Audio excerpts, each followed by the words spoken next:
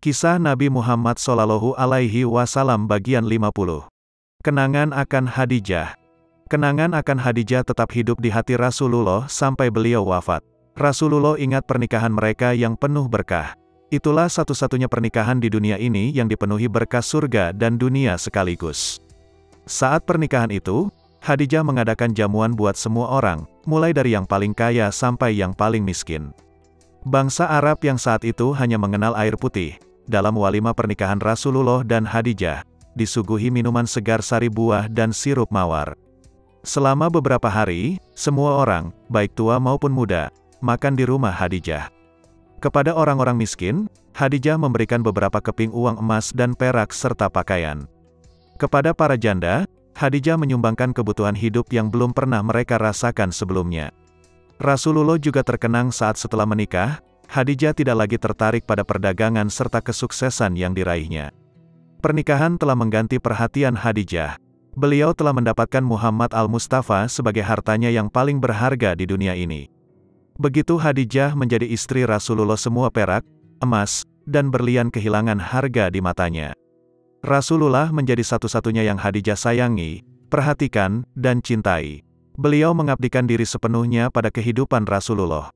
Saat-saat didampingi Khadijah boleh dikatakan merupakan saat-saat yang sangat membahagiakan Rasulullah. Dari rahim Khadijah lah lahir 2 orang putra dan 4 orang putri Rasulullah, termasuk putri terkecil mereka Fatimah Az-Zahra, yang menjadi cahaya mata ayahnya. Tidak ada laki-laki lain yang cocok mendampingi Khadijah selain Rasulullah.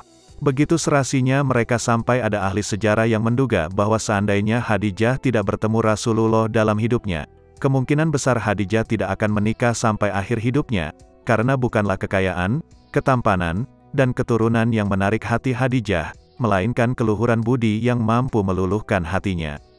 Itulah yang ada dalam diri Rasulullah. Rumah di surga.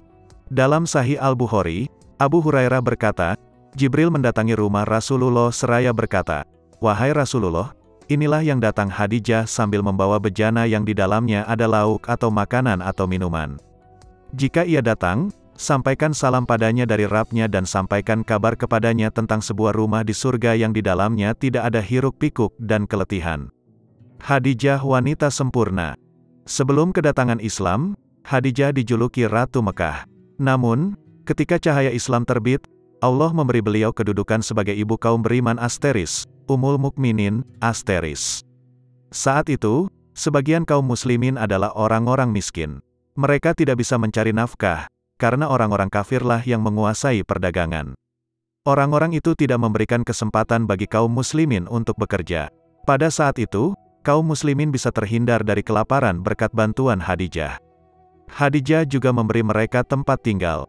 Khadijah menggunakan begitu banyak uangnya untuk orang-orang muslim di Mekah yang miskin akibat boikot orang-orang musyrik. Pertolongan Khadijah telah mematahkan tujuan orang-orang musyrik untuk menarik para pengikut Rasulullah yang miskin pada kekafiran lagi. Khadijah tidak pernah menyisakan sampai uang terakhir yang dimilikinya demi kesejahteraan para pemeluk Islam. Cinta Khadijah kepada mereka tidak berbeda dengan cinta ibu kepada anaknya. Kalian tahu, seorang ibu rela mengorbankan nyawanya sendiri demi keselamatan anak-anaknya. Seorang ibu bisa merasakan lapar, namun jika anak-anaknya kelaparan, ia akan mengutamakan anak-anaknya lebih dulu. Ia akan memberikan jatah makannya untuk anak-anaknya dan rela menahan lapar. Bahkan jika anak-anaknya merasa kenyang dan senang, itu sudah cukup membuat seorang ibu juga merasa senang dan kenyang sehingga ia lupa rasa lapar yang dideritanya sendiri. Cinta seorang ibu tidak mengenal syarat. Cinta seorang ibu penuh perlindungan dan penuh kasih. Dengan keluhuran budi istrinya yang begitu agung, sangat wajar jika Rasulullah merasa amat berduka ketika Khadijah wafat. Rasulullah amat mencintai Khadijah. Begitu besarnya cinta Rasulullah kepada Khadijah sampai beliau bersabda, "Demi Allah, Allah tidak menggantikan Khadijah dengan seorang yang lebih baik. Ia telah beriman kepadaku pada saat orang-orang mengingkari risalahku. Ia percaya kepadaku pada saat orang-orang mendustaiku. Ia telah mengorbankan hartanya padahal orang lain tidak mau melakukannya, dan Allah telah melimpahkan karunia bagiku anak-anak melalui Khadijah." Setelah Abu Talib tiada. Ketika ibunya wafat, Fatimah Az-Zahra baru berusia 3 tahun. Anak perempuan yang matanya masih basah karena baru kehilangan ibunya itu kini melihat ayahnya dihina orang sejadi-jadinya. Para tetangga mereka seperti Hakam bin Esh, Uqbah bin Abu Mu'id, Adi bin Hamra, dan Abu Lahab sangat sering melempar batu ketika ayahnya sedang salat. Bahkan tidak cuma batu, tetapi juga jeroan kambing. Jeroan kambing itu pernah mereka melemparkan ke dalam panci masakan Rasulullah yang siap disajikan. Kejadian paling ringan yang pernah menimpa Rasulullah adalah ketika seorang Quraisy pandir mencegatnya di jalan dan secara tiba-tiba menyiramkan tanah ke atas kepala beliau. Rasulullah tidak membalas hinaan itu. Beliau pulang ke rumah dengan kepala yang penuh tanah. Di rumah, Fatimah membersihkan kepala ayahnya sambil menangis. Tidak ada yang lebih pilu rasanya hati seorang ayah dibanding mendengar tangis anaknya. Apalagi yang menangis ini adalah anak perempuan yang baru saja ditinggal mati ibunya. Hampir kaku rasanya Rasulullah karena begitu pilu, bahkan beliau hampir saja ikut menangis. Muhammad adalah ayah yang bijaksana dan penuh kasih sayang pada putri-putrinya. Tak ada lagi yang beliau lakukan menghadapi tangis pilu putrinya selain memohon pertolongan kepada Allah dengan keimanan sepenuh hati.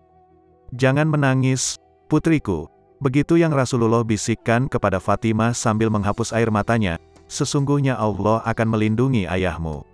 Rasulullah kemudian berkata, "Sebelum wafat Abu Talib, orang-orang Quraisy itu tidak seberapa menggangguku." Apa yang kemudian beliau lakukan untuk melepaskan diri dari tekanan Quraisy yang semakin menjadi-jadi? Demikian kisah Rasulullah Shallallahu Alaihi Wasallam bagian 50. Tonton terus video lanjutannya hingga selesai supaya kita mengenal baginda Nabi Muhammad lebih dekat lagi. Semoga ini menjadi salah satu upaya pemantasan diri untuk mendapatkan syafaatnya kelak di akhirat. Tentunya tidak hanya mengenal kepribadian Rasulullah tapi juga melaksanakan perintah Allah dan Rasul-Nya serta menjauhkan diri dari perbuatan dosa. Menarik para pengikut Rasulullah yang miskin pada kekafiran lagi.